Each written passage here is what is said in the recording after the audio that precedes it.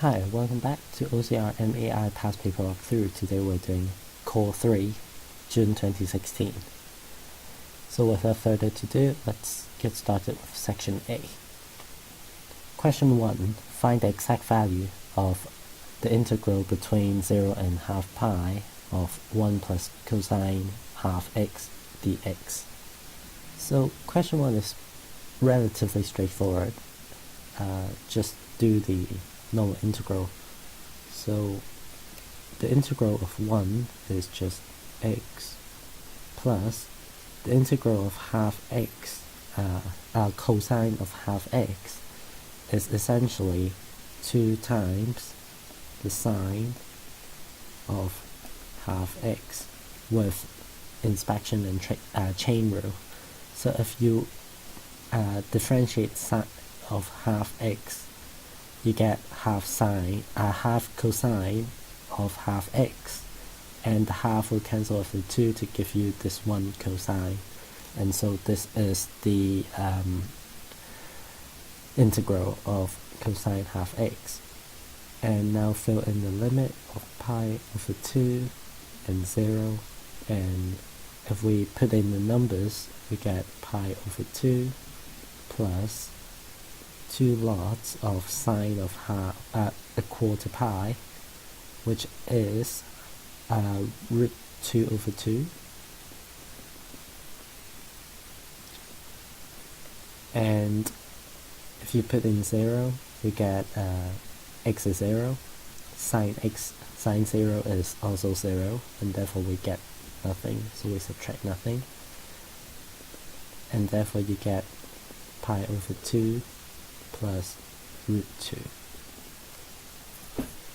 So question 2 looks a little bit more obscure, as it's not obvious at what it is trying to ask, but given that it's a 5 marker, it's kind of fair enough. So the most important thing is that you need to understand what f of gx is. So f of gx is essentially f of the gx function, and the gx function is given by 2 plus e to the x, and so let's just sub that in. So we have f of 2 plus e to the x, and that is equal to 2x as stated. Now what is f of this thing? So we just literally sub in ln the x, which is this value, so we get ln of 2 plus e to the x is equal to 2x. So now it's simple algebra of trying to rearrange to get x, and it looks complicated, but it ended kind of simplifying by itself.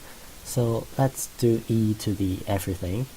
So you get e to the 2x, and ln goes away. 2 plus e to the x remains.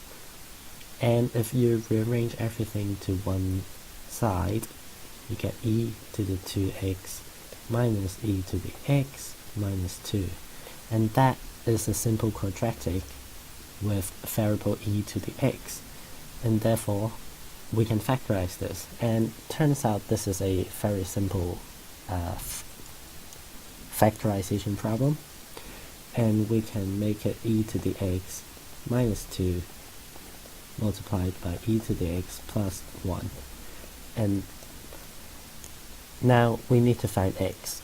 So in order for this expression to be 0, we need either bracket to be 0. So it's either e to the x equals to 2 or e to the x equals to minus 1. And in this case, this is undefined because e does not have a negative value, and so this can go away, and we're left with this bit that we need to solve, and this is simply taking the natural log of both sides, and you get ln 2. And that is the answer for this 5 marker. Question 3 looks surprisingly simple, but it's actually pretty complicated. So in this sense, you see a product within the integral, which means that you need to use the partial, not partial fraction, but the by parts rule. And so let's find the two parts. So we have x to the minus a half, the square root, 1 over the square root of x, and also we have the natural log of x. So the only thing, the easiest way that we can integrate this is to find is to either differentiate differentiate the top one and integrate the bottom one, or the other way around, differentiate the bottom one and integrate the top one. Let's see which one is easiest. The hardest one to deal with is the natural log of x. So let's do that one. And as we know, and you have learned, differentiating ln of x gets you 1 over x. So that's differentiate. And integrating is x ln x minus x, I believe. That's integrate. And this wouldn't be anywhere useful whatsoever, so let's not do that and take the differentiate route.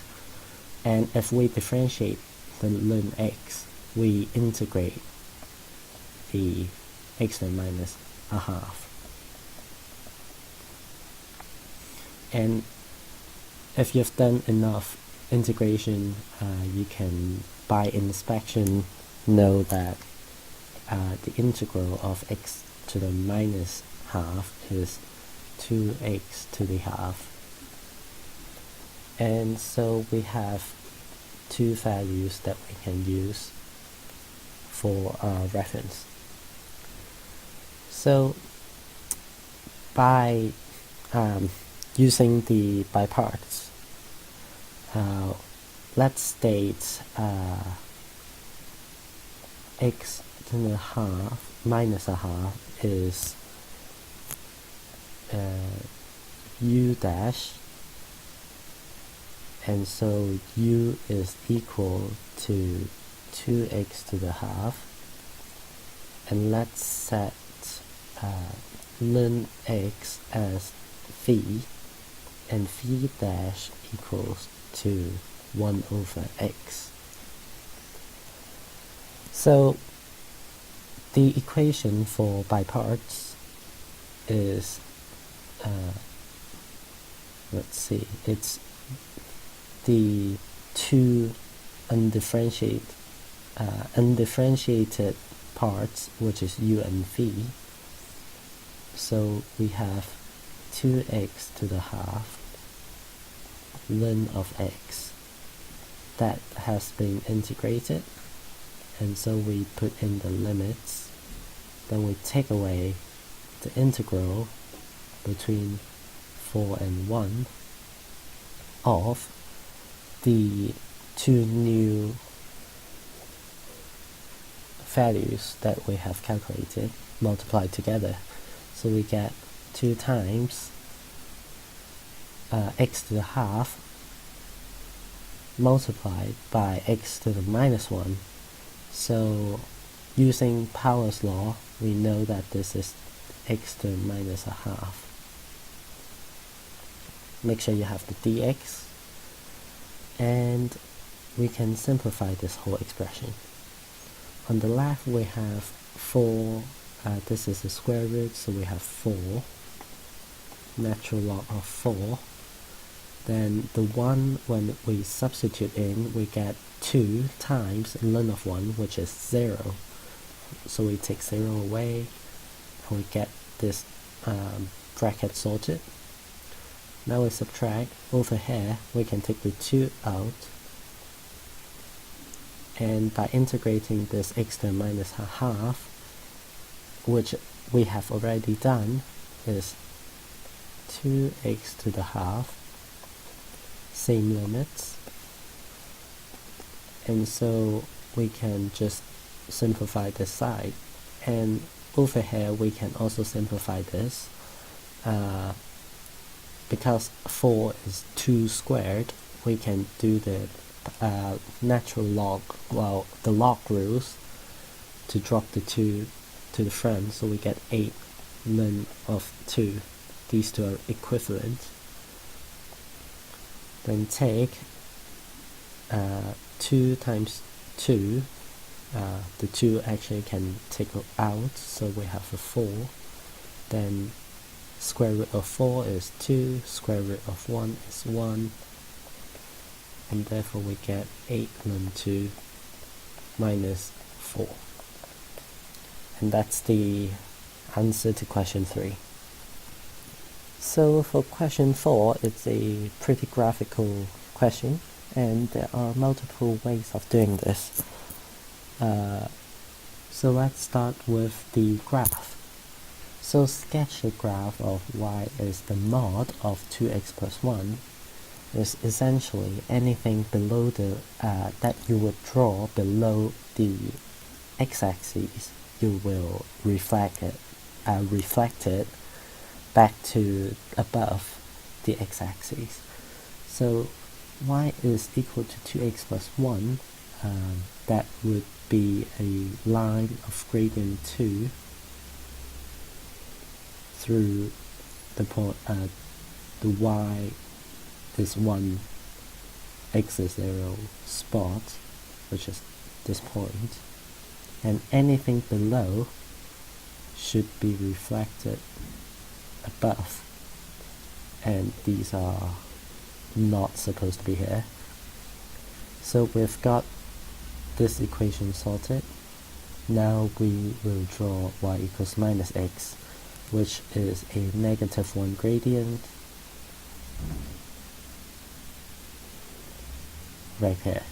So right here from the graph we can see 2 intersection points, one over here and one over here, and what we need to find is the x values of these 2 points. The way to do it, there are 2 ways. One of them is by domains, which is you find the point at which the line of y equals the mod of 2x plus 1 touches the x-axis, and you go below that value and you find the simultaneous equation of y equals minus x, and also you do a larger value for the same equation, so you get 2 answers essentially with 2 domains. But I'm gonna do the square method, which is probably less used, or it's less common from what I know anyway. So in order to do that, the equation over here is squared, and so you get the mod goes away and this minus sign goes to, well, nothing, to positive. So we get x squared on the right and 2x plus 1 all squared on the left, and we expand that to get 4x squared plus 2x, actually 4x plus 1 equals to x squared, and by rearranging everything over to the same side, get 3x squared plus 4x plus 1, and we can factorize that easily into 3x plus 1 x plus 1, and there out pops our 2 x values, x equals to minus 1 and x equals to minus a third. And so you have the answer to question 4. Question 5. the volume of the volume v meters cubed of the power of grain of height h is multiplied by this equation. And part 1, we need to find dv by dh when h is 2. So first of all, let's rewrite this equation as something more differentiable. So let's start with v equals to 4, and root of h cubed plus 1 is essentially h cubed plus 1 to the power of a half, then take 4. And now in this form it is more easily differentiated. So dv by dh will be 4, because that's the coefficient. Then in this case we need to use the chain rule, which is drop the power multiplied by the original thing, then take 1 to power take 1, and we need to multiply by the inside differentiated, and that would be 3h squared plus, well, 0. Now differentiate minus 4, it's a constant, goes to 0, and so we leave it blank. And now we do a bit of simplification. We get 2 h cubed plus 1 to the minus half multiplied by 3h squared, and we can technically do a bit more simplification, but in this case I think we'll just put in the h. So h is 2, and therefore we have 2 times 8 plus 1 to the minus half multiplied by 3 times 2 squared is 4. And here we have 9 to the power minus a half, and minus a half is essentially 1 over the square root of the whole thing. So you have 2 times 1 over root 9 multiplied by 3 times 4, and turns out that root 9 is 3, and we can do some cancelling, and we get the answer as 8. So dv by dh is 8. So going to part 2, find rate at which the height is increasing when the height is 2 and the volume added is increasing at 0.4 meter cubed per minute. So let's construct a differential equation kind of situation. So let's look at the information given.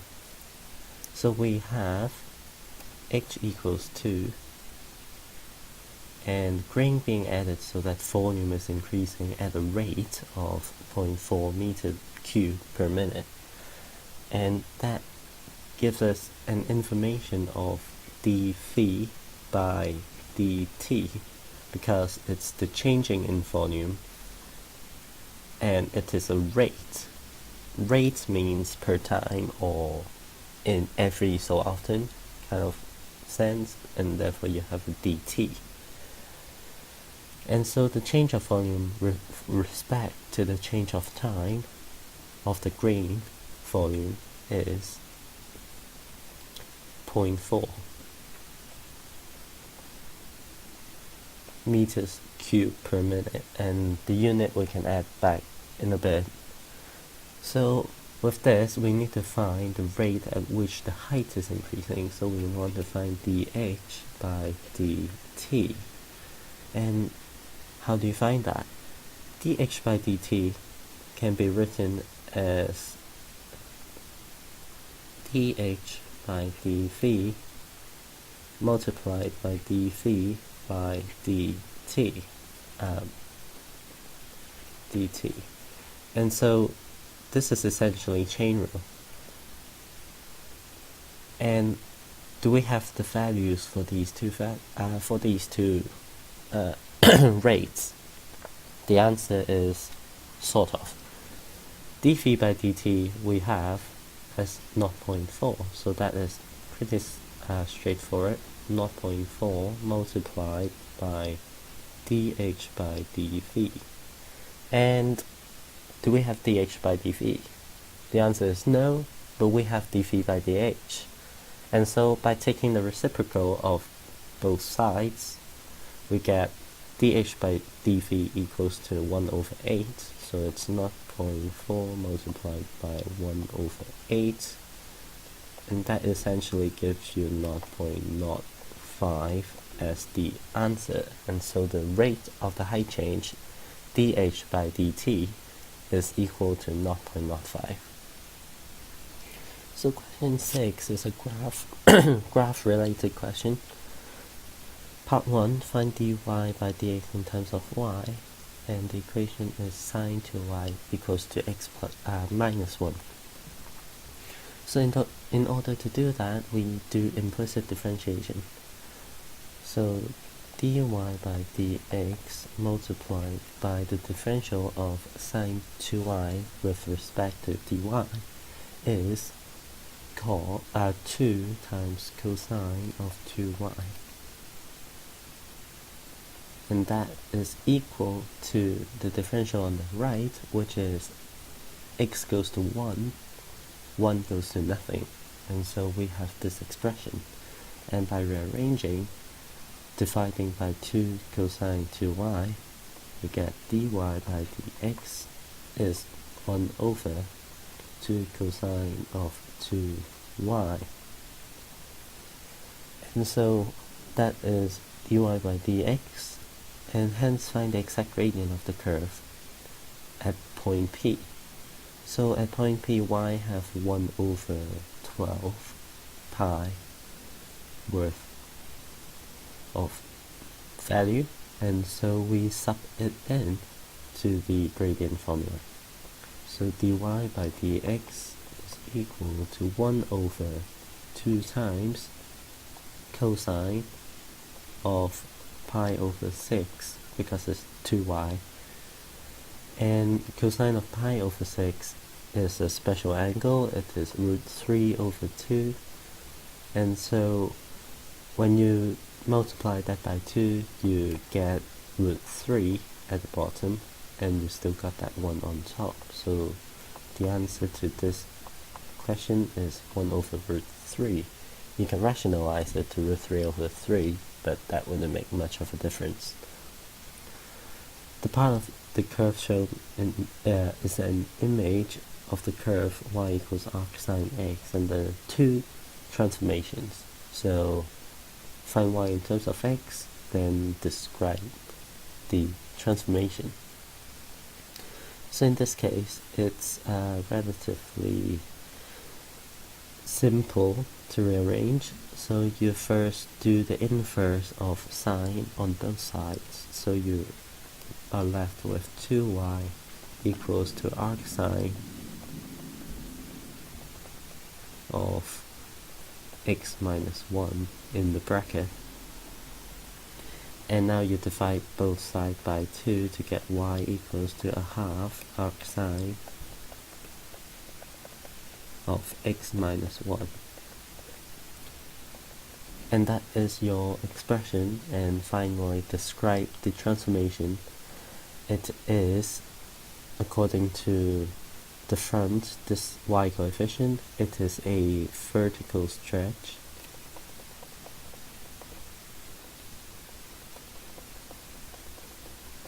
by factor a half, and according to within the bracket x minus 1, a translation with the factor 1, 0, because it has moved horizontally to the right by 1. And so this is the answer to part 6. And for the last question of section A, we have a simple proof. You're given the n is a positive integer. By expressing x to the 2n minus 1 as a product of two factors, prove that 2 to the 2n minus 1 is divisible by 3. So let's get this started. First of all, express this as a product of two factors.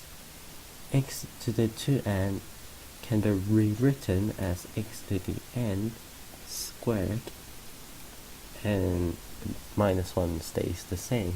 And so in this form, we can see this is actually a difference of two squares formula. And so that would be equal to x to the n plus 1, x to the n minus 1.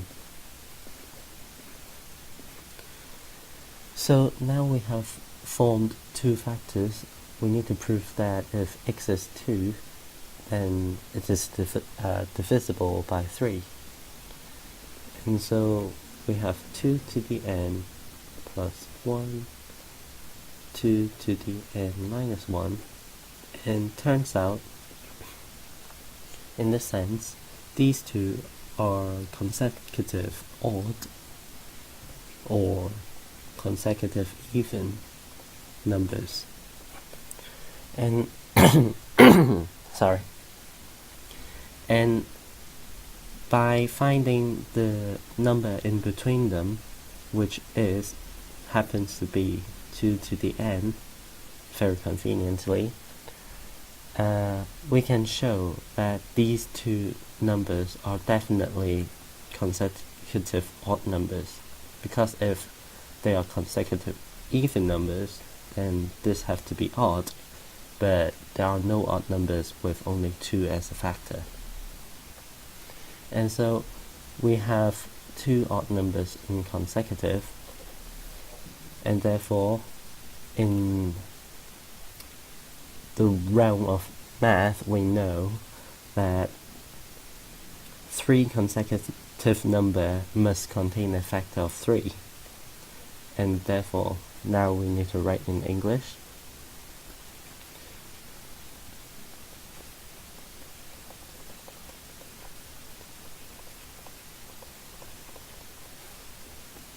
Must contain one factor of 3, and in this scenario 2 to the n cannot be a factor,